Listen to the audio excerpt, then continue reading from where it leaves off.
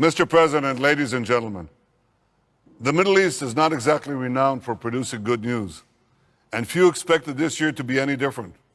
You know, the pandemic virus is ravaging our part of the world like everywhere else. But I am pleased to report to you that this year I can tell you about good news from the Middle East.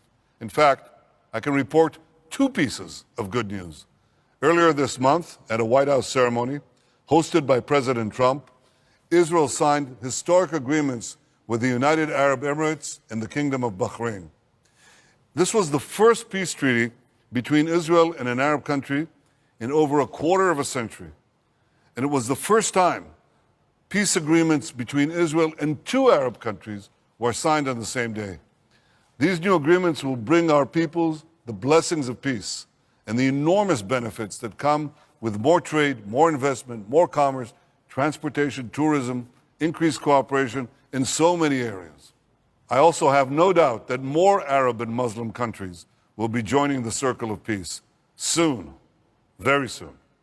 This good news about peace came about because of a clear break with the failed strategies of the past. For far too long, the Palestinians effectively wielded the veto on peace between Israel and the broader Arab world. For decades, all progress was halted and was held hostage to completely unrealistic Palestinian demands, such as the demand that Israel withdraw to the indefensible lines of 1967 and place its security in the hands of others, or the demand that Israel expel tens of thousands of Jews from their homes, effectively committing ethnic cleansing, or the demand that Israel absorb millions of Palestinians who are descendants of refugees from a war that was launched by the Palestinians against Israel more than half a century ago. Of course, these demands, along with many others, are complete non-starters for any responsible Israeli government. Yet for years, many in the international community have tried to appease these absurd Palestinian demands. And as a result, they've wasted time to try to advance an illusion that won't happen, instead of working for a realistic solution that could happen. Thankfully, President Trump chose a different path to peace, a path anchored in reality. He recognized Jerusalem as Israel's capital.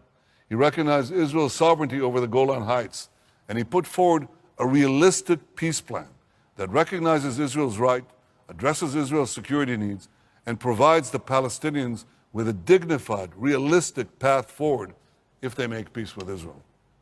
The critics argued that each of these steps by President Trump would kill the chances for peace. Well, they were wrong, dead wrong. Those steps advance peace. Now 2 Arab states have decided to make peace with Israel, and more will follow.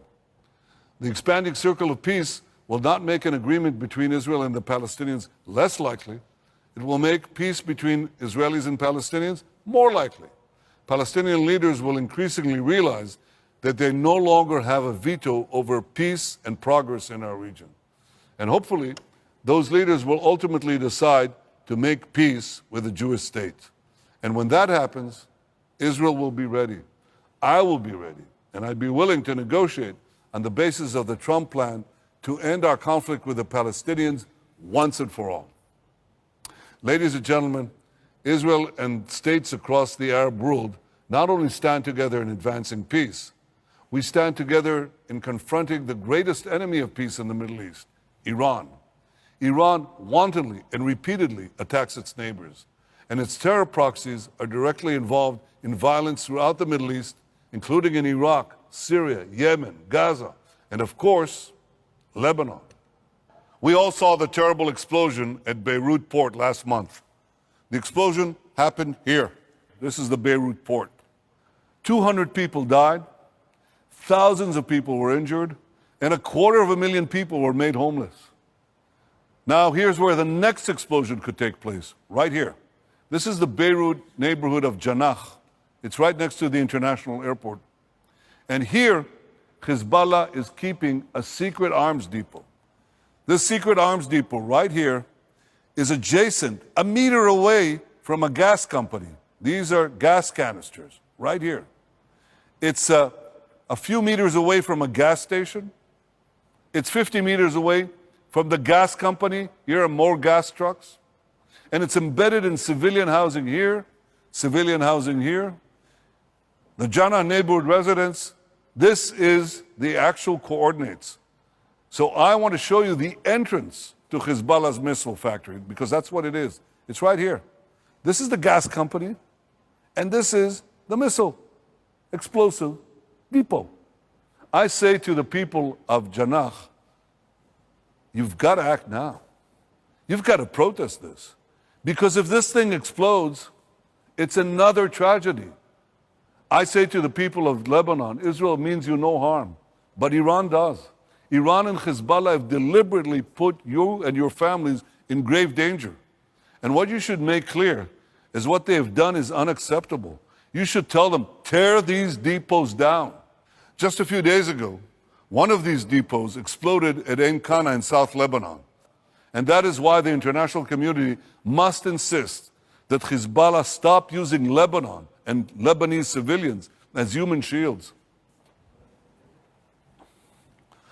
Ladies and gentlemen, we must all stand up to Iran, and President Trump deserves praise for doing exactly that. First and foremost, I commend President Trump for withdrawing from the flawed nuclear deal with Iran.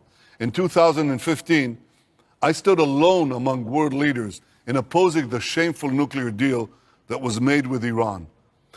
I opposed it because the nuclear deal did not block Iran's path to the bomb, it actually paved its way to it. I oppose it because the deal's restrictions on Iran's nuclear program were only temporary and were in no way tied to Iran's change of behavior. Now Iran has violated even those temporary restrictions.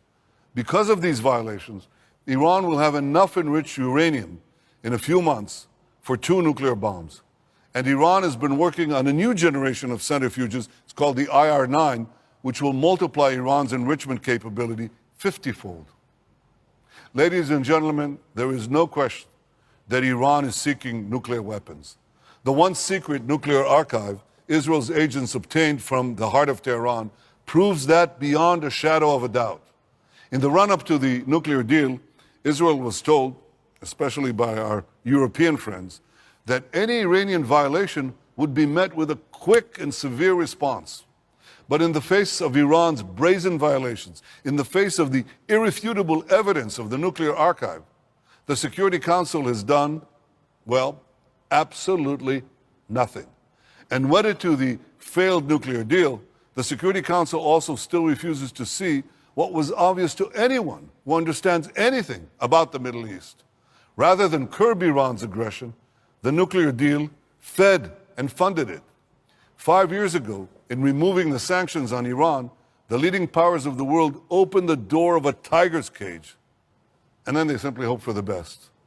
But instead, exactly as I warned 5 years ago, we who live in the Middle East are suffering the consequences of that irresponsible deal. A richer and emboldened Iran used the billions that flowed into its coffers to fuel its campaign of carnage and conquest across the region. Well, thankfully, President Trump recognized the disastrous nuclear deal for what it was, and he acted.